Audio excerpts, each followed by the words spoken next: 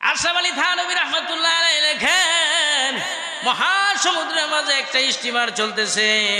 স্টিমারটা হঠাৎ করে যখন মাঝপথে সমুদ্রের মাঝখানে হঠাৎ করে ক্যাপ্টেন নজর করে দেখে গো ওয়েদারটা খারাপ হয়ে গেছে, আবহাওয়া খারাপ হয়ে গেছে।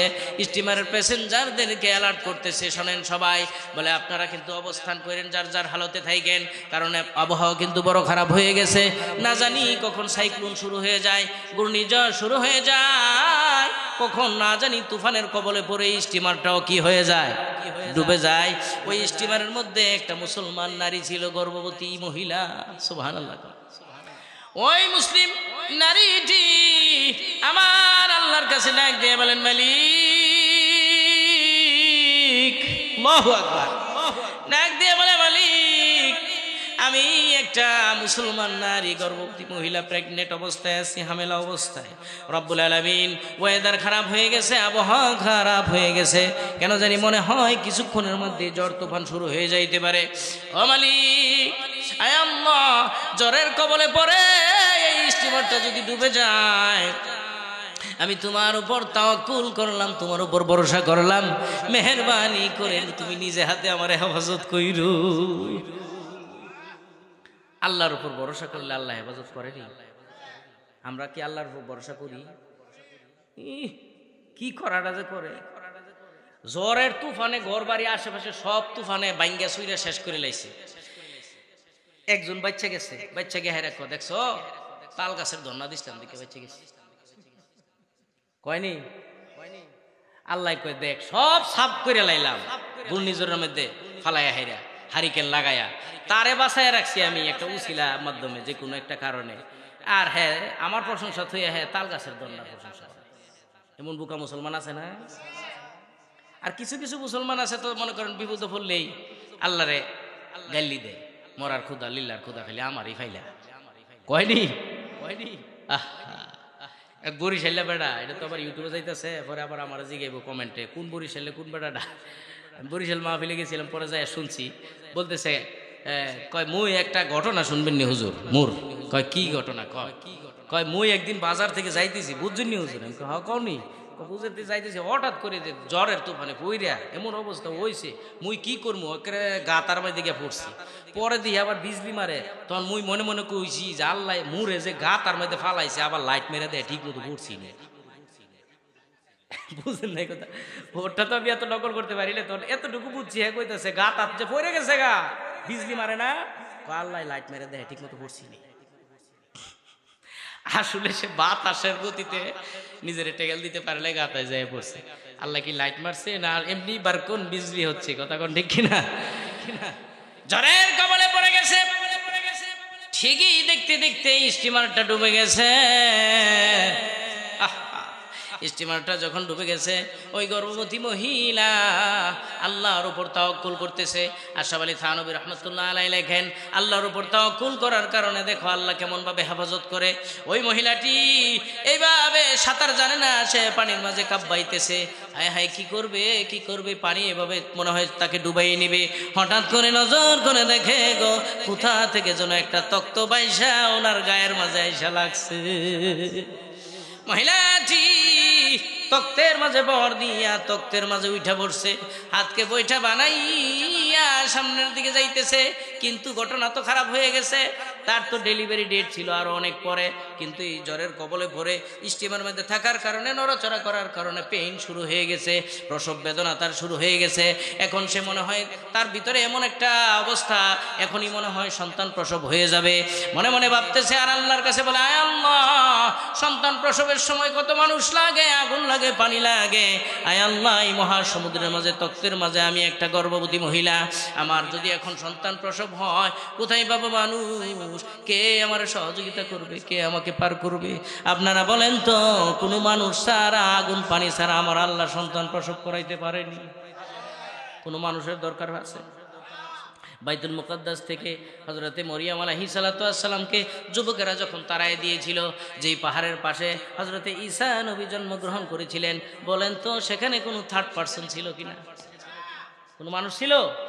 কোনো মানুষ ছাড়া ঈসা নবী দুনিয়াতে আসছে? তো খালি আইছেই না, আই সঙ্গে সঙ্গে মার লগে সঙ্গে সঙ্গে ডাইরেক্ট কথা কইতাছে, সুবহানাল্লাহ। জন্ম হওয়ার সাথে সাথে পৃথিবীর জমিনের সর্বপ্রথম কথা বলছে ঈসা নবী। আল্লাহু আকবার, আল্লাহু আকবার। হায় হায়, আম্মা তুমি এনো কে? কয় যুবকের আমারে তাড়ায় দিছে। কও কি, কেন তাড়ায় দিছে? আমার চরিত্রের উপর তহমত উঠায়, যে স্বামী ছাড়া কেমনে সন্তান হয়, নানান কথাবার্তা। দ্যাট ইজ অ্যানাদার সাবজেক্ট, ওদিকে গেলাম না, শর্টকাট করে বলতেছি। ঈসা নবী ডাক দিয়ে কয়, মা এখন আবার বাইতুল মুকাদ্দাসে যাইবা, যুবকেরা কোনো প্রশ্ন করলে আমারে দেখায় দিবা। কাবলা সারছে, কই কস কি তোরে দেখায় দিলি কি? আরে আবার দেখায় দিও, পরে খেলা দেখবা না, পরে কি হয়। তো ঠিক আছে, বড় শহরে লয়ে গেছে, তো তুমি কোনো কিছু বলবা না, তুমি খালি কইবা তুমি রোজা রইছ আর আমারে দেখায় দিও। যুবকেরা আবার ঘেরাও করে ধরছে, এই যে দেখছো কত বেহায়া বেলা যে বেডিটা, এটা বাইতুল মুকাদ্দাসে তাড়ায় দিলাম। হ্যাঁ, স্বামী ছাড়া তো সন্তান হইছেই, আবার এই সন্তান রেকুলে লই আবার কি আছে বাইতুল মুকাদ্দাসে আইছে, আর ধরে ডারে। এবার কোনো কথা যখন বলে না, হযরতে মরিয়ম বলতেছে, আমার কিছু কথা বলতেছে না, বলতেছে যা বলার এই যে আমার ছেলেরা জিগা। কই ছেলে এখনে জন্ম নিছে, এটা কথা কইবনি? কজি গায়ে দেহস না। এই ছেলে তোমার কি খবর? কও। কথা কম কও, আমি আব্দুল্লাহ, আমি আল্লাহর বান্দা, আমি আল্লাহর পয়গাম্বর, আমার উপর কিতাব নাজিল হবে, আমার মায়ের গর্ভে আল্লাহর হুকুমে আসছি, আমার মার চরিত্রের কোনো স্পট নাই। আল্লাহু আকবার, আল্লাহু আকবার। এই কথা শোনার পরে সমস্ত যুবকেরা কয় লা ইলাহা ইল্লাল্লাহ সুবহানাল্লাহ, সব বলাস করছে গিয়ে হযরতে মরিয়মের পায়ের মধ্যে ধরছে, যায় কয় মাফ করে দেন। যখন চিনছে তখন কিনছে, কথা কোন ঠিক কিনা? আমরা বুঝতে পারি না, মাফ করে দেন। আহা, এই মহিলা দাঁড়ায় রয়েছে। আচ্ছা, এত মানুষ রাস্তায় দাঁড়ায় রয়েছে গেলে গেরা কি ফেরেশতা? মাহফিলের চতুর্দিক দিয়ে ফেরেশতা দাঁড়িয়ে থাকবে, তা আপনারা যারা দাঁড়িয়ে আছেন ফেরেশতা এসে পড়েন, সবাই চলে আসেন, মাহফিলের প্যান্ডেলের ভিতরে ঢুকে পড়েন। ছুটে আয় শাহজালালের নির্ভীক সৈনিকেরা, খতম করো গোবিন্দের ওই চেলা চামুন্ডা গোলা। ছুটে আয় শাহজালালের নির্ভীক সৈনিকেরা, খতম করো নাস্তিকদের চেলা চামুন্ডা গোলা। অলিদের এই ভূমিতে বিপ্লবেরই মশাল জ্বালা, অলিদের এই ভূমিতে বিপ্লবেরই মশাল জ্বালা।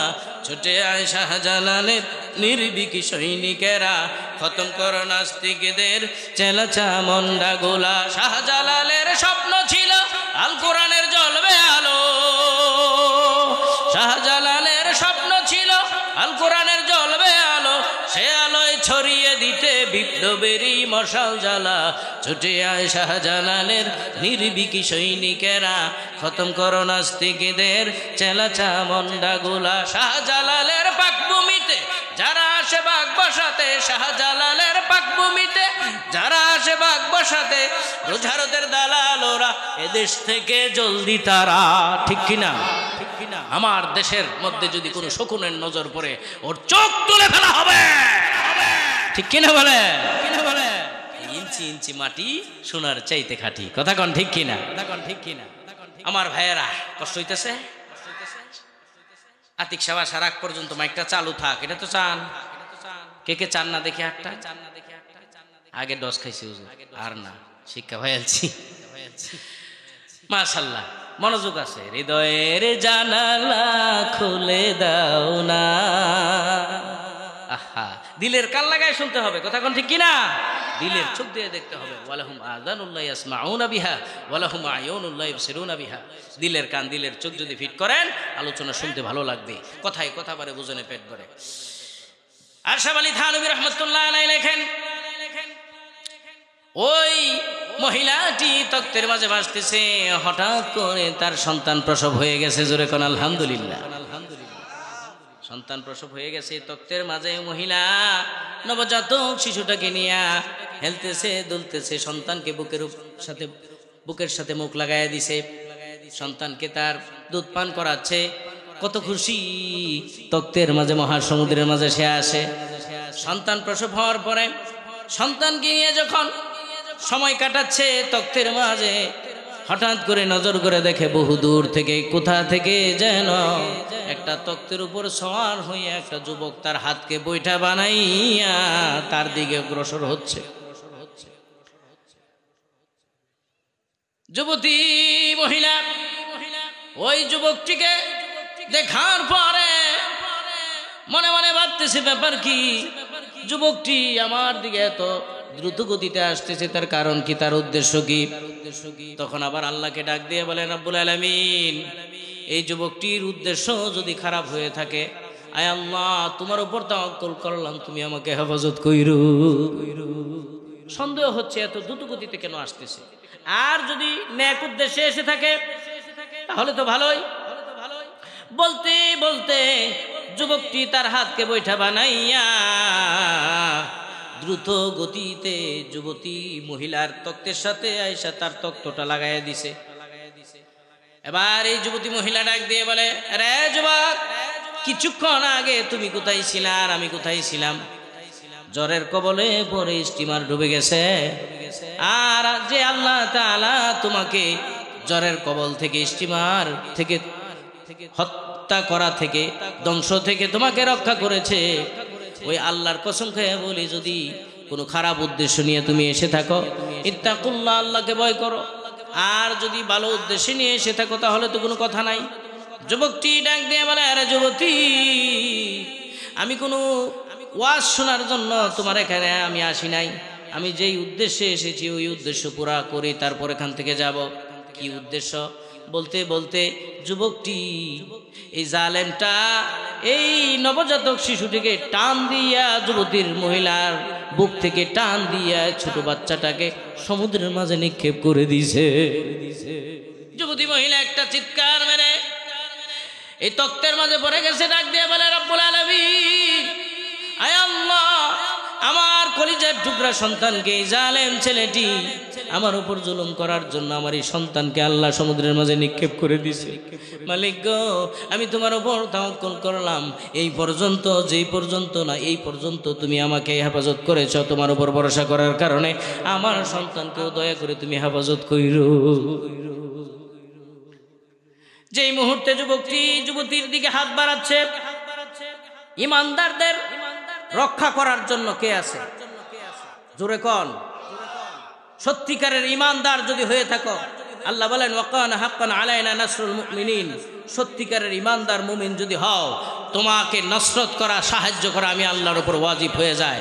ফিলিস্তিনের মুসলমানদেরা সত্যিকারের ইমানদার, এরা দেখাচ্ছে, এরা দেখতেছে যে আমাদেরকে তো ইসরায়েলরা ধ্বংস করেই ফেলবে।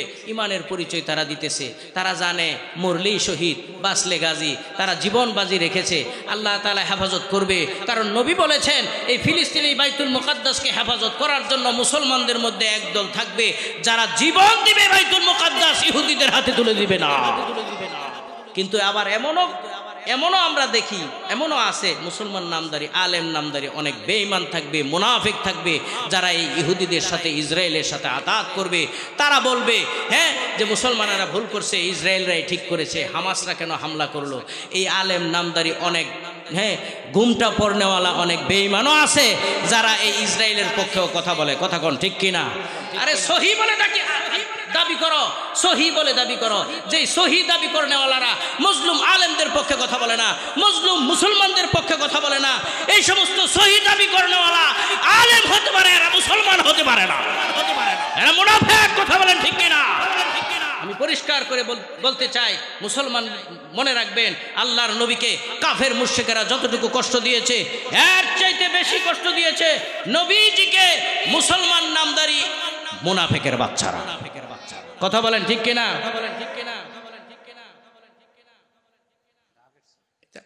আগে দিলে ভালো হইতো, কারণ বয়ান যাইতেছে, মাঝখানে দিলে হুজুরে দিয়ে দিন, পরের হুজুরে, এটা আরেক বিষয়। তাইলে আমার এটা বাদদাত হয়ে দিল, আরেকদিন দাওয়াত দিলে পরে এই বিষয় কই এমনি, কারণ একদিনে সব বিষয় কোন যা। কথা কোন ঠিক কিনা?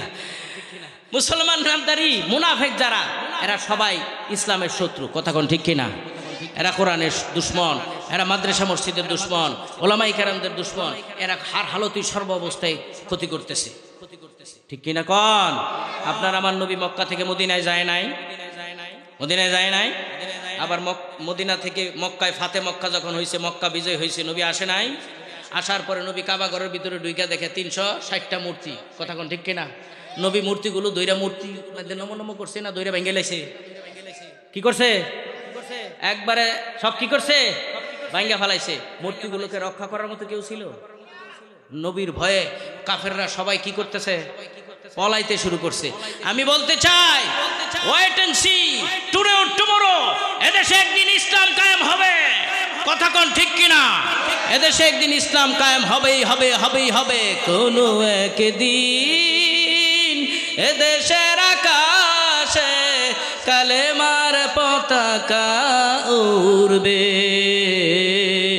সেদিন সবাই খোদাই বিধান পে দুঃখ বেদনা ভুলবে। কোনো একদিন এদেশের আকাশে কালেমার পতাকা উড়বে, সেদিন সবাই খোদাই বিধান পে দুঃখ বেদনা ভুলবে। কথা বলেন ঠিক কিনা? আমি বলতে চাই যেদিন এদেশে ইসলাম কায়েম হবে, যেদিন এদেশে কোরআনের রাজ কায়েম হবে, মুসলমান নামদারি মুনাফিক যারা আজকে ইসলামের ক্ষতি করতেছ, আজকে ইসরায়েলের পক্ষে তোমরা সমর্থন করতেছ, এই সমস্ত মুসলমান মুনাফিকদেরকে একটাকে বাংলার জমিনে ছেড়ে দেওয়া হবে না। সব কটার পিঠের চামড়া তুলে দেওয়া হবে, সব কটাকে দিল্লি পাঠিয়ে দেওয়া হবে। কথা বলেন ঠিক কিনা? একটাকেও ছেড়ে দেওয়া হবে না।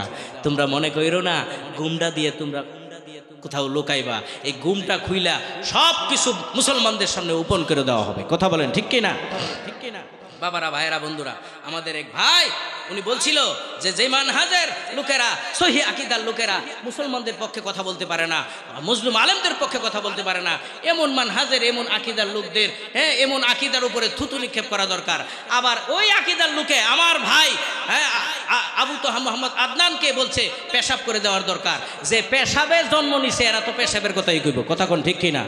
ঠিক কিনা? কোথায় থুতু আর কোথায় পেশাব? এই জন্য আমাদেরকে মাঝে মাঝে কিছু জবাব দেওয়াই লাগে, না দিলে হয় না। কিছু কথা যদি হক কথা নাই বলতে পারি, বাদাম বেচা খামু, ওয়াজ করবো না। কথা কোন ঠিক কিনা?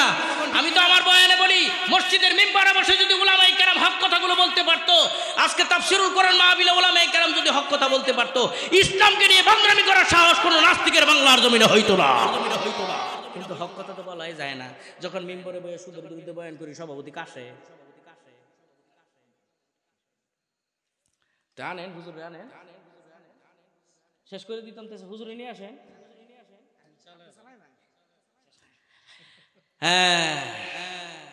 কারণ ব্যাপার আছে তো, বুঝেন নাই? ওই নেত্রকোনা এক প্রোগ্রামে গেছিলাম, যখন দিই যে একটু গরম হয়ে যেতেছে, পরে হুজুর একটু গরম হয়ে না, একটু ঠান্ডা মতো কথা বল। আমি কে বুঝেন না, বিভিন্ন জায়গাতে চা পাই। আমি তো এনে বইসি পরে দিয়ে আল্লাহ আরশ মহল্লা থেকে চাপ দিয়ে কইতেছে, এ বক্তা ফাজাক্কির বিল কোরআন, কোরআন থেকে কথা বলবি, কারো রক্ত চক্ষুকে ভয় করে কথা বলবি। আপনি কোন কি এর চাপাই? প্রশাসনের চাপাই। আরে প্রশাসন হয়তো জেলে নিয়ে যাবো, দুনিয়ায় তো জেলখানা হয়, ভিতরে থাকবা নাহলে বাইরে থাকবা। ঠিক কিনা? ঠিক কিনা? কি প্রশাসন নিলে জেল খাটুন লাগবো? নবী জেল খাটে নাই, তাতে কি হয়েছে? ভয় পাওয়ার কোনো দরকার আছে?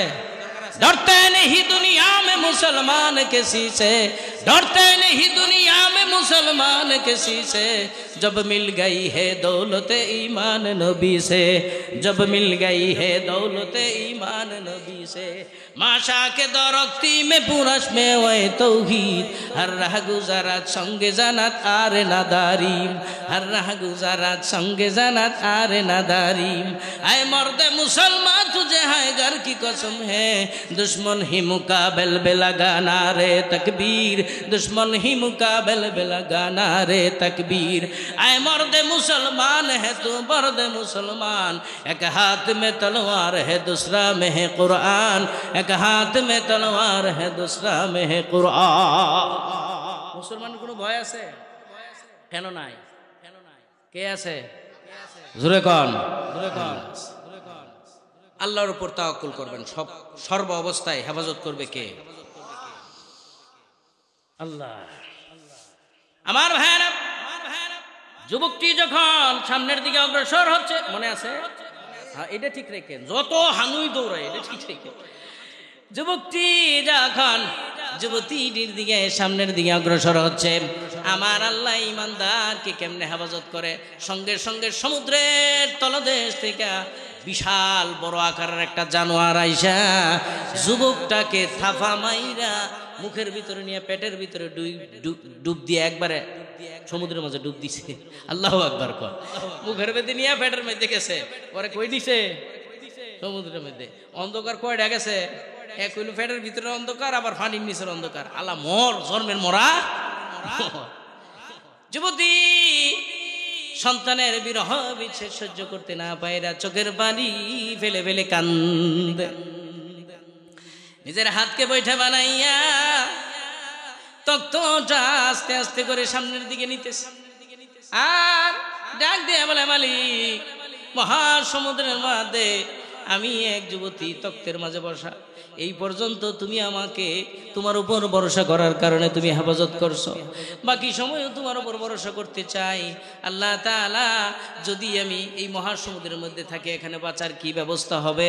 আমি তো কোনো দেখতেছি না, কোনো দ্বীপও দেখা যায় না, কোথাও কোনো স্টিমারও দেখি না, কোনো মানুষ নাই, কি করি, কি অবস্থা হবে? হাতকে বৈঠা বানাইয়া আস্তে আস্তে সামনের দিকে যাইতেছে। নজর করে দেখে গো, বহু দূরে একটা চর দেখা যায়। যুবতী মনে মনে ভাবতেছে, ওখানে চর দেখা যায়, মনে হয় সেখানে বাড়িঘর আছে, আমি যদি ওখানে উঠতে পারি আমার একটা বাঁচার ব্যবস্থা হবে। নিজের হাতকে বৈঠা বানাইয়া আস্তে আস্তে করে ওই চরের কাছাকাছি গেছে। নিজে যখন বাঁচার চেষ্টা করতেছে, চরের কাছাকাছি যাওয়ার পর সে যখন তক্ত থেকে চরের উপরে উঠা বসছে, সঙ্গে সঙ্গে নজর করে দেখে যুবতী মহিলা তক্তটাও গায়েব হয়ে গেছে। তক্তটা কি হয়ে গেছে? গায়েব হয়ে গেছে। আসলে তো এটা সাধারণ তক্ত না, এই তক্ত ফাটাইছে কেডা? আল্লাহ। তক্ত গায়েব হয়ে গেছে। এবার চরের মধ্যে উঠা দেখে আসলে কোনো বাড়ি ঘর নাই, মানুষও নাই। এখন তো আরো বিপদে পড়ে গেছে, সর্বনাশ, এখানে তো কোনো মানুষ নাই, বাড়িঘর নাই, এখানে যদি আমি থাকি আমার তো বাঁচারও কোনো ব্যবস্থা হবে না। এখন আবার কি করি? আবার চরের কাছাকাছি আসছে, আয়সা নজর করে দেখি তো বহু দূর থেকে স্টিমার আসে কিনা, বা এই সমুদ্র দিয়ে তো সবসময় স্টিমার চলাচল করে, একটা স্টিমারে আমি ইশারা দিলে আমার কাপড়ের আসলটাকে এইভাবে যদি উড়াই তো হয়তো বা স্টিমার দাঁড়াবে। দেখেন না, লাল নিশানা দেখাইলে ট্রেন কি করে? দাঁড়িয়ে যা। যুবতী এবার তার নিজের শাড়ির আঁচলটাকে নিশানা করে এইভাবে ইশারা করতেছে, কিন্তু কই কোনো স্টিমার তো দেখা যাইতেছে না। হঠাৎ করে নজর করে দেখে যুবতী মহিলা একটা স্টিমার দেখা যাইতেছে, তার কাছাকাছি আসার আগ পর্যন্তই সে এইভাবে ইশারা করতেছে। স্টিমারের ভিতরে থেকে স্টিমারের ক্যাপ্টেন দূরবীন দিয়া নজর করে দেখে বহু দূরে একটা চরের মাঝে একটা মহিলা দেখা যায়, ইশারা করতেছে, যেন মনে হয় যে স্টিমারটাকে থামাইতো। ক্যাপ্টেন বুঝে ফেলেছে এই মহিলাটা মনে হয় বিপদে পড়ছে। বড় স্টিমারের মাঝে ছোট একটা নৌকা থাকেনি? বড় স্টিমারের মাঝে ছোট একটা নৌকা থাকে। স্টিমারের ক্যাপ্টেন যখন বুঝে ফেলেছে এই মহিলাটি বিপদে পড়েছে, তাকে উদ্ধার করা দরকার, স্টিমারের মাঝে তোলা দরকার। এবার এই স্টিমারটা চরের কাছাকাছি আনার পরে সে ব্রেক করে দিয়েছে, ছোট নৌকা ছাড়ছে, বলছে নৌকা দিয়ে আপনি স্টিমারের মধ্যে উঠেন। এবার ভালো করে কান লাগান। স্টিমারের ভিতরে ঢোকার পর যুবতী মহিলাটি একটা বাচ্চার কান্নার আওয়াজ শুনতে পায়। একজনের কোল থেকে আরেকজনে যায়, এই কান্নার আওয়াজ, এই বাচ্চার কান্নার আওয়াজটা কেউ বন্ধ করতে পারতেছে না, বাচ্চাকে কেউ থামাইতে পারতেছে না। যে যার কোলে যায় সে শুধু বাচ্চা শুধু ওয়া ওয়া করে কাঁদতেই আছে। যুবতী বাচ্চার কান্নার আওয়াজ শুনে একটা দৌড় মারছে, দৌড় দিয়ে যায় বাচ্চাকে দেখার সঙ্গে সঙ্গে দেখে এটা তো আমার গর্বের বাচ্চা, আমার নিজেরই বাচ্চা। বাচ্চাকে টান দিয়ে বুকের সাথে যখন মুখ লাগাই দিছে, কোলে নেওয়ার সাথে সাথে বাচ্চা অটোমেটিকই কান্না থামাই দিছে। মায়ের কুল পাইছে, আসল কুল পাইছে, অতক্ষণ তো খালি দৌড়াগাড়ি করছে। যখন কান্না থেমে গেছে, স্টিমারের প্যাসেঞ্জার গুলো সবাই আশ্চর্য হয়ে গেছে, আচনা হয়ে গেছে, আশ্চর্য হয়ে গেছে। ডাক দিয়ে বলে, যুবতী তোমার ইতিহাস কি? আর এই বাচ্চাটাকে তুমি কি কোথায় থেকে আসলা? যুবতীটার ইতিহাস খুলে বলছে, যেটা বললাম। এবার প্যাসেঞ্জার গুলো ডাক দিয়ে বলতেছে, এবার তোমার ছেলের ইতিহাস শোনো। সুবহানাল্লাহ, তোমার এই বাচ্চার কি ইতিহাস শোনো। স্টিমারটা চলতেছিল, হঠাৎ করে দেখি স্টিমারটা থেমে গেছে। কে জানি স্টিমার থামায় দিয়েছে, স্টিমার আর চলে না। স্টিমারের দূরবীন নজর করে দেখে গো, স্টিমারের সামনে বিরাট বড় একটা তিমি মাছ বসা। স্টিমারের সামনে একটা তিমি মাছ, আর তিমি মাছের উপরে তোমার এই বাচ্চা বসা। আল্লাহু আকবার। তখন আমরা এই বাচ্চাটাকে যখন স্টিমারের মধ্যে আনছি, মাছটাও চলে গেছে, স্টিমারটাও চলতে শুরু করছে। আল্লাহর উপর তাওয়াক্কুল করলে আল্লাহই হেফাজত করে। কথা কোন ঠিক কিনা? আল্লাহর উপর তাওয়াক্কুল করতে হবে। আশরাফ আলী থানভী রহমতুল্লাহ আলাইহি আরো অনেক এই তাওয়াক্কুল সম্পর্কে আরো অনেক কথা লিখছেন। হযরতে জুন্নুন মিসরির কথা আপনারা শুনেছেন। আল্লাহর ওলি জুন্নুন মিসরি একদিন একটা নদী পার হবে, নজর করে দেখে কোথা থেকে যেন একটা কচুরিপানা আসছে, আবার এই কচুরিপানার উপর একটা বিচ্ছু। এই কচুরিপানা আস্তে আস্তে যাইতেছে, নদী পার হইতেছে। কচুরিপানা কি হইতেছে? নদী পার হচ্ছে। হযরত জুন্নুন মিসরি নজর করে দেখে কচুরিপানার উপরে বিচ্ছুটা নদী পার হচ্ছে, কচুরিপানাকে নৌকা বানাইয়া। আর এই বিচ্ছুটা যখন আস্তে আস্তে যাচ্ছে, হযরত জুন্নুন মিসরি এই মিয়া জায়নামাজ বিছাইয়া তিনিও নৌকা বানায় ফেলছে। সুবহানাল্লাহ, নৌকা বানাই ফেলেছে, নদী পার হয়। হযরত জুন্নুন মিসরির চিন্তা হলো, আমি দেখতে চাই এই বিচ্ছুটাই কোথায় যায়, বিচ্ছুটা কি করে। এবার হযরত জুন্নুন মিসরি পিছন দিক থেকে দাওয়া করলো, নজর করে দেখে, ফলো করতেছে, দেখে হযরত জুন্নুন মিসরি কচুরিপানা থেকে একটা লাফ দিয়ে, যখন কচুরিপানা থেকে লাফ দিয়াই বিচ্ছুটা একটা গাটের উপরে উঠছে। हर के जाकिर निस्ते जिंदा मुर्दास, हर के जाकिर निस्ते जिंदा मुर्दास, जिक्रे अल्लाह जाने जुमला आलमस्त ला इलाहा और मोहब्बत ला इलाहा और जुरे जुरे ला इलाहा इल्लल्लाह ला इलाहा। दूरे कासे যারা আছেন চলে আসেন মাহফিলে, আল্লাহর রহমত বৃষ্টির মতো, আল্লাহর রহমত বৃষ্টির মতো নাজিল হচ্ছে মাহফিলে লা ইলাহা। হাতে করে হাতেরই কাম, পায়ে করে চলার কাম, দিলতে রাখি সদা মোরা আল্লাহ পাকের জাতি নাম লা ইলাহা লা ইলাহা লা ইলাহা ইল্লাল্লাহু মুহাম্মাদুর রাসূলুল্লাহ। জোরে জোরে পড়ি সাল্লাল্লাহু। কিন্তু মুসলমানের আওয়াজে পড়তে হবে, নির্বাচনের আওয়াজে নয়, মুসলমানের আওয়াজে পড়ি আলহামদুলিল্লাহ। সম্মানিত হাজিরিন, যে মাহফিলটার মাঝে আমরা বসেছি অত্যন্ত মোবারক একটি মজলিস, দামি একটি মজলিস। যে মজলিসে আসলেও লাভ, বসলেও লাভ, ঠিক কিনা? লাভ আছে না নাই? কিন্তু এই লাভের কথাটা, এই কথা বলবেন না, এই মাহফিলে আসলে যে কত লাভ এটা যদি সবাই বুঝতো তাহলে কি মানুষ এই উত্তরই হইতো না আরো বেশি হইতো? আসলে সব জিনিসের কদর তো আর সবাই জানে না। জানে कीमते हर चीज रादानी की चीज, कीमते खुदरा नदानी अहमो की। अरे अहमक, তুমি দুনিয়ার 16 আনা কদর বুঝলা, দুনিয়ার যে কোনো জিনিসের কদর তুমি ভালোই বুঝো, কিন্তু তুমি নিজের কদর বুঝলা না। কোথায় থেকে আসলা, কি তোমার পরিচয়, কি তোমার ডিউটি, এই ব্যাপারে তুমি কিছুই বুঝলা না। কিন্তু তুমি নিজের কাজটা ঠিকই 16 আনা বুঝলা। जनाजा शामे गानागस्ती जुदुना दुजदे बीरा नागस्ती। তুমি জানো না তো তোমার পরিচয় কি? তুমি ছিলে একদিন আরশে মহল্লায়, সেখান থেকে আল্লাহ দিয়েছে তোমার এই দুনিয়া।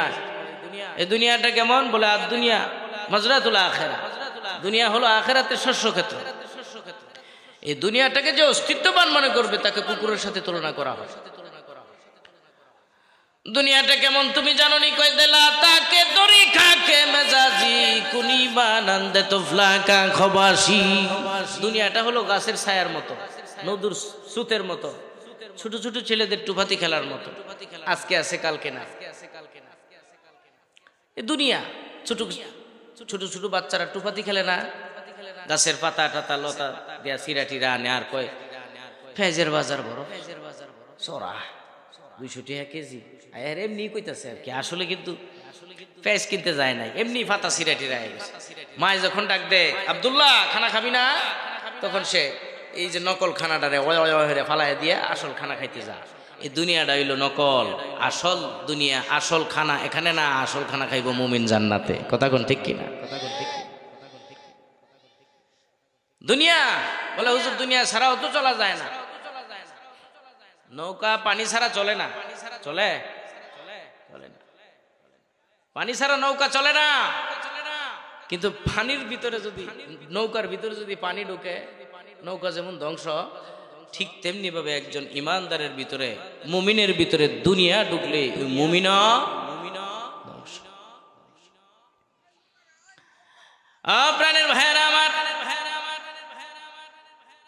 মোবারক একটি মজলিস, এই মজলিসে আসলে কত লাভ হাদিস শরীফের মধ্যে আসছে। আল্লাহর নবী বলেন, কোরআনের মাহফিলে যারা নাকি এক এলাকা থেকে আরেক এলাকায়, এক মহল্লা থেকে আরেক মহল্লা, জায়গা থেকে আরেক জায়গায় ন্যূনতম 40টা কদম কষ্ট করে যদি আল্লাহর কোনো বান্দাবান্দি, আল্লাহর কোনো বান্দাবান্দি কোরআনের মাহফিলে এসে উপস্থিত হয়ে যায়, খোদার কসম গো, নবী বলেছেন সঙ্গে সঙ্গে তার নামটা আমার আল্লাহ পাকের আশিকের দপ্তরে লেখা হয়ে যায়।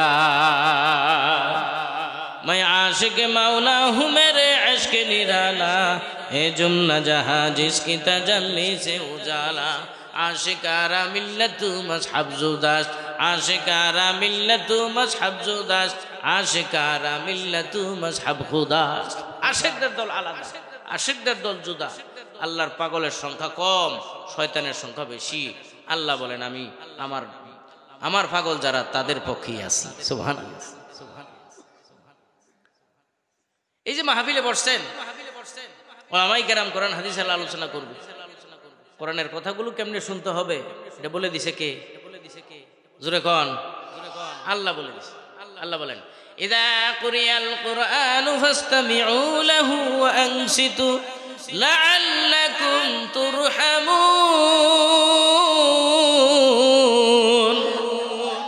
বন্দেখানি হিকমতে ইউনানিয়া, বন্দেখানি হিকমতে ইউনানিয়া, হিকমতে কুরআনিয়া রহম বখা আহা তালিল কুরআন পছন্দে পিছে খুদা।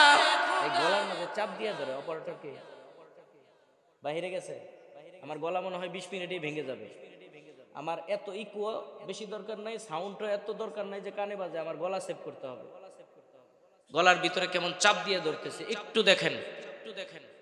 এটা আবার ভাববেন না যে আমি এমনি বলতেছি, আমি কোনো সময় মাইকের কমপ্লেন করি না, এই এলাকায় আমি আরো আসছি, তো একটু দেখেন তো, ভালো করে টুনিং করেন। এই যে টান দিতে পারতেছি না, নাহলে খালি আলাপ করে নেমে পড়ান। আল্লাহর কোরআন পড়ো, আল্লাহর কোরআন ধরো, ওই অনুযায়ী জীবন গড়ো, আল্লাহর জান্নাতে ঢুকে যাবে। কথা কোন ঠিক কিনা? ও মুসলমান, যেই কোরআন দিয়ে তুমি নামাজ পড়ো, ওই কোরআন দিয়ে যদি সমাজটা গড়তে পারো, সোনার বাংলার এলি সোনার মানুষ আমরা হয়ে যাব। ঠিক কিনা? আপনাদের আওয়াজে বোঝা যাইতেছে যে আপনারা মাত্র ক্যানভাস করে আইছেন, আওয়াজটা বেশি সুবিধা না, এই মুহূর্তে এন বেশি সুবিধা আওয়াজ দিতে পারবেন না। আমি বিশ্বাস করি এখানে কোরআনের মাহফিলে যারা আসছে সবাই আল্লাহর পাগল। আল্লাহর পাগল হওয়ার পরে আল্লাহর সন্তুষ্টির জন্য আওয়াজটাও লাগবে মুসলমানের মতো। ঠিক কিনা? ঠিক কিনা?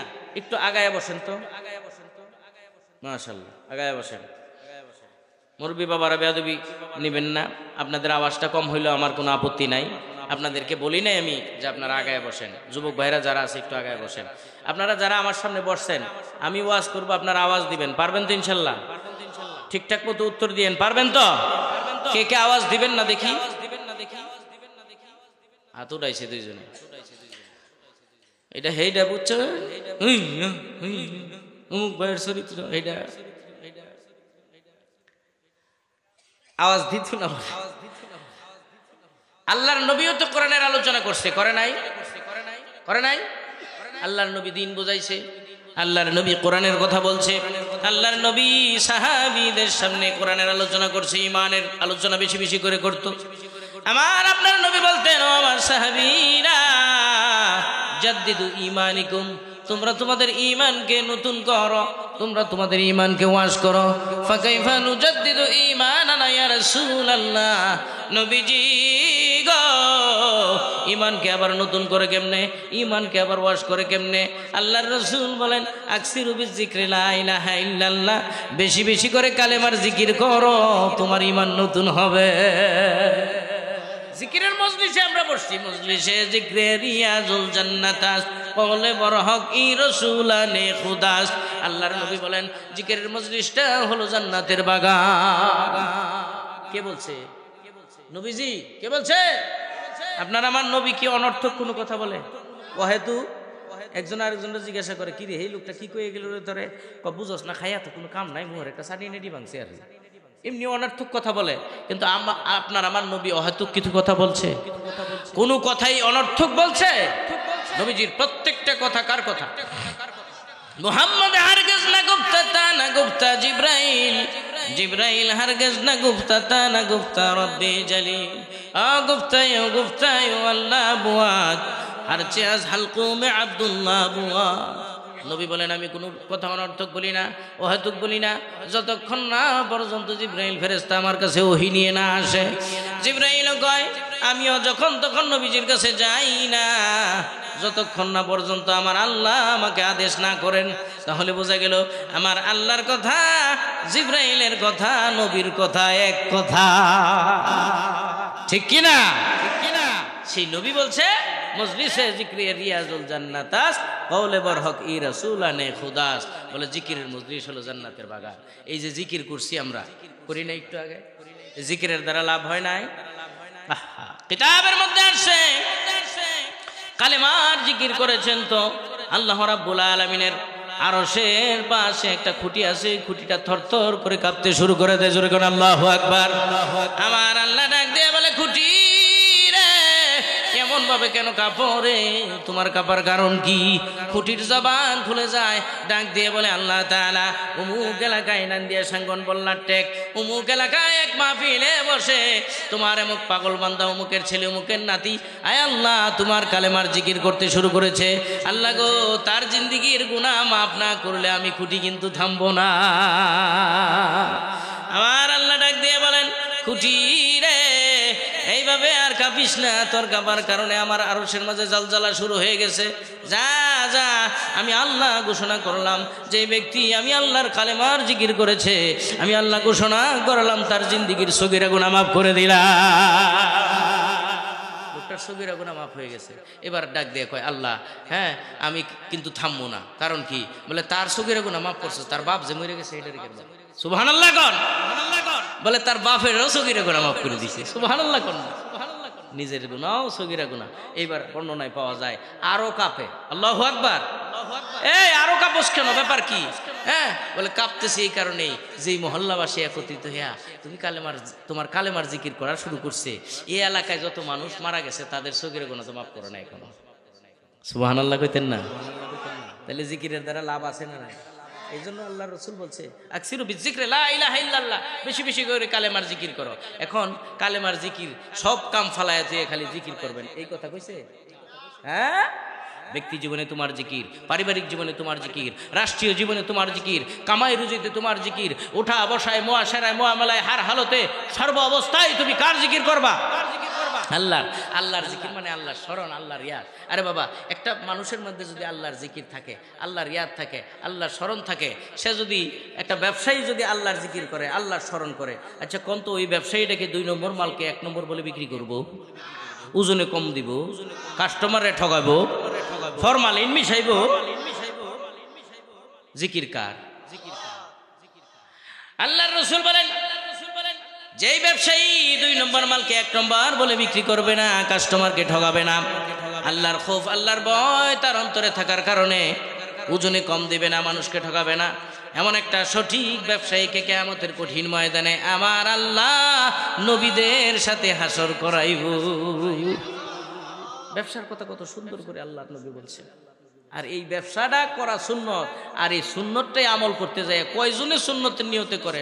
1.5টা ব্যবসা। কথা কোন ঠিক কিনা? যত সিন্ডিকেট যত ধরনের মানুষের ঠকানোর চিন্তা ভাবনা করে মানুষ এখন ব্যবসার দান্দায় পড়ে গেছে। এক পেঁয়াজ দেখেন এখন 30 টাকা কেজি হওয়ার কথা, এটা কেমনে হয় 100 টাকা কেজি? কথা কন নাকি? এটা কেমনে হয়? আসলে সত্যিকার অর্থে ব্যবসা শূন্য তরিকায় হইতেছে না, সব হইতেছে ফেডের দান্দা। ঠিক কিনা? মাঝে মাঝে কিছু কথা বললেন। আল্লাহর নবী সাহাবীদেরকে যখন দিন বুঝাইতেন, কোরআন বুঝাইতেন, জান্নাতের আলোচনা যখন সাহাবীদের সামনে আল্লাহর নবী করত, জাহান্নামের ভয়াবহ চিত্র যখন নবী আমার তুলে ধরতেন, নবীজির চেহারা মুবারক লাল হয়ে যেত, কপালটা এবং ভাঁজ পড়ে যেত। সাহাবীরা জাহান্নামের আযাবের ভয়ের কথা শুনে আচনা হয়ে যাইত, অ্যাস্টনিশ হয়ে যাইত। আল্লাহর নবী যখন জান্নাতের নাজ নেয়ামতের কথা যখন সাহাবীদেরকে তুলে ধরতেন, আল্লাহর নবীর সামনে সাহাবীরা এমন দেনমগ্ন হইয়া, এমন মাতোয়ারা হইয়া কোরআন এবং হাদিসের আলোচনা শুনতো, যেন একটা হাদিসের মধ্যে আসছে, যেন একটা মরা গাছ পাখিরা সাহাবীদের মাথার উপরে বিশ্রাম করে আবার উড়ে চলে যাইতো। পাখিরা মনে করতো একটা মরা গাছের উপর বসছিলাম। আর আপনি আমি মাহফিলে বসলে পরে ফাঁকি বইলে তো ফাঁকি তো এটা পরে আলাম, একটা মশা বইলে সইন পাইব। হ্যাঁ, মশারে জুড়ে থাপ্পুর মাইরা সেটকাইব আর কব ডেঙ্গু মনে হয়। ফকি বইলে তো ভাই নাই, কি হইছি দেখে, কাদরে গাঁও হর শাহেদানাত ইয়া বেদানাত জওহরি, কাদরে গাঁও হর শাহেদানাত ইয়া বেদানাত জওহরি, কাদরে গুলবুল বুল বেদানাত ইয়া বেদানাত শবরি, মতির কদর জানে বাদশা কিংবা জানে জওহরি, ফুলের কদর জানে ভোমরা কিংবা জানে ফুলপুরি। ঠিক কিনা? সব জিনিসের কদর তো সবাই জানে না। আল্লাহর নবী যখন মাঝে মাঝে গরম হয়ে যাইতো, মাঝে মাঝে আবার নরম হয়ে যাইত, গরম হয়ে যাইত। জাহান্নামের ভয়াবহ আযাবের কথা নবী যখন তুলে ধরতেন, আবার জান্নাতের নাজ নিয়ামতের কথা যখন বলতেন, নরম ভাষায় সুন্দরভাবে বুঝাইতো। জান্নাত এই বলে মা লা আইনুন রাত ওয়ালা উযনুন সামিআত ওয়ালা খাতারা আলা কলবি বাশার, এমন নিয়ামত আল্লাহ রাখছে যেটা দুনিয়ার কোনো চক্ষু দেখে নাই, কানে শুনে নাই, অন্তরে কল্পনাও করতে পারবে না এমন নিয়ামত। তাম পৃথিবী কয়েক কোটি বার বিক্রি করলেও এত জোরে কথা কই বেটা, আমি তো ডরাই গেছিলাম। আমি তো মনে করছি আমি কোন কথা কইতাছি, পরে আমি লিগের লোকেরা দৌড়ছে আমার কাবলা। তাম পৃথিবী কয়েক কোটি বার বিক্রি করলেও আল্লাহর তৈরি জান্নাতের জানালার একটা শিকের মূল্য দেওয়া যাবে না। কথা কোন ঠিক কিনা? যাবে? আল্লাহর নবী দিন বুঝাইতেন, আল্লাহর নবী কোরআন বুঝাইতেন, সাহাবীদেরকে ইমানের আলোচনা বেশি বেশি করে করতেন, ইমানের তাজকিরা বেশি বেশি করে করতেন। মাঝে মাঝে নরম হইতেন, গরম হইতেন। আর নরম গরম দুটোই লাগে। হযরত শেখ সাদী লেখেন গুলিস্তাগিতে আছে, দুরুস্তি অনরমি বহম দরবে আস। হযরত সাদী বলেন, দুরুস্তি অনরমি বহম দরবে আস, চুফাসিত কে জররাহ মরহম নে আস, দুরুস্তি নাগিরাত খরত মন্দে বেশ, না সুস্তি কে নাজেল কুনত কদরে খেশ, নামর খেস্তানেরা ফজলি নেহাত, না একবার তন্দর জবনি দেহাত। আরে নরম গরম দুটোই লাগে। বলে দেখো না ডাক্তার একেবারে কাটটা অপারেশন করে একবারে সিরা ফেরে লাইছে, সিরা কাটটা লাইছে, আবার কি ব্যান্ডিশ করে না, করে না, কইলা হইছে গরম, পরে কি হইছে নরম। নরম গরম দুটোই লাগে। এই জন্য বক্তা গরম নরম হওয়া লাগে। মাঝে মাঝে নাস্তিকদের বিরুদ্ধে, মুনাফিকদের বিরুদ্ধে, বেঈমানদের বিরুদ্ধে যখন কথা বলা লাগবে তখন গরম হওয়া লাগবে। ঠিক কিনা? ওটা নরমে কাম হইতো না। বেঈমানদেরকে সাইজ করার জন্য মাঝে মাঝে কি হরা লাগবে? আল্লাহ তাআলা আমাদেরকে ইসলামের জন্য কবুল করুক বলি আমিন। বলতেছিলাম, সাহাবীরা ইমানের আলোচনা যখন শুনতো, ইমানের কথা যখন নবী বলতেন, সাহাবীদের ইমানের গুরুত্ব এত বেশি ছিল, ইমানের দাম তাদের কাছে এত বেশি ছিল। আহারে, ইমান আনার আগেই যে সমস্ত সাহাবীরা ইমানের জন্য এত কষ্ট করেছে, এত পরিশ্রম করেছে, যে তাদেরকে যদি আগুন দিয়েও পুড়ায় ফেলতো, হত্যাও করে ফেলতো, উত্তপ্ত বালুর মধ্যেও যদি তাদেরকে রেখে দেওয়া হইতো, বুকে পাথর চাপা দিয়ে রাখতো, আর বলা হইতো কালেমা ছেড়ে দাও, কালেমা ছেড়ে দাও, যে কালেমার জিকির করলাম এই কালেমার জন্যই, কালেমা ছেড়ে দাও, তাহলে কি করবা? বলে এই উত্তপ্ত বালু থেকে ছেড়ে দেব, অথবা তোমাদেরকে আমরা মুক্ত করে দেব। হযরত বেলালের কথা আপনারা জানেন। হযরত বেলাল রাদিয়াল্লাহু তাআলা আনহু ইসলাম ধর্ম গ্রহণ করার পর এমন অবস্থা উমাইয়া কাফের তাকে করেছে। হযরতে বেলালকে উত্তপ্ত বালুর মাঝে চিৎ করে শোয়াইয়া, দুইজন লোককে নিয়োগ করা হয়েছে তাকে উত্তপ্ত বালুর মাঝে শুধু ঘুরাইবা, উপরের পাহাড়ের উপর থেকে ছেড়ে দিবা, আবার টাইনা টাইনা শেষ নাইয়া উপরের দিকে উঠাইবা। পাহাড়ের গোসায় শরীরের চামড়াগুলো খুশি খুশি করে যায়, একবারে ছিলে যাইতেছে। হায় হায়, মক্কাতে এক প্রকারের কাটা ছিল, বেগুন কাটা। ওই বেগুন কাটা দিয়া হযরতে বেলালের শরীরটাকে ক্ষতবিক্ষত করে দেয়। উমাইয়া কাফের ডাক দিয়ে বলে, বেলাল রে, কালেমা ছেড়ে দে, তোকে কিন্তু মুক্ত করে দেব। হযরতে বেলাল ডাক দিয়ে বলে, উমাইয়া রে, তুমি তো জানো না যেই কালেমা আমি পড়েছি, এই কালেমার জন্য যদি আমি জীবন দেই, দুনিয়ার 10 দুনিয়ার সমান জান্নাত আমারে আল্লাহ দিব। আরে উমাইয়া, আমি জীবন দিতে পারবো, কালেমা ছাড়তে পারবো, কালেমা ছাড়তে পারবো না। হযরতে বেলাল যখন কালেমা ছাড়ে না, আবার দেখে জিকির করে, লা ইলাহা ইল্লাল্লাহ, লা ইলাহা। আরে এই কালেমার জন্য বিলাল, এই কালেমার জন্য বিলাল কত কষ্ট করলেন মক্কাতে। জান চলে যায়, মান চলে যায়, তবু জবানে ইল্লাল্লাহ, লা ইলাহা, লা ইলাহা মুহাম্মাদুর রাসূলুল্লাহ সাল্লাল্লাহু আলাইহি ওয়াসাল্লাম। উমাইয়া কাফের ডাক দিয়ে বলে, বেলাল রে, কালেমা যদি তুমি না ছাড়ো, তোমার অত্যাচার আরো বেশি পরিমাণে বেড়ে যাবে, তোমার উপরে স্টিম রুলার চালিয়ে দেওয়া হবে। ডাক দিয়ে বলে, কি করবা আর কি করবা, কি করার বাকি আছে? জিহ্বা বের করে জিহ্বার মাঝখানে প্যারাক ঢুকিয়ে দিয়েছে। প্যারাক ঢুকিয়ে দেওয়ার পরে গো ডাক দিয়ে বলে, এইবার যে জিহ্বা দিয়ে তুই কালেমার জিকির করতেছিলি, জিহ্বা দিয়ে জিকির কর না দেখি।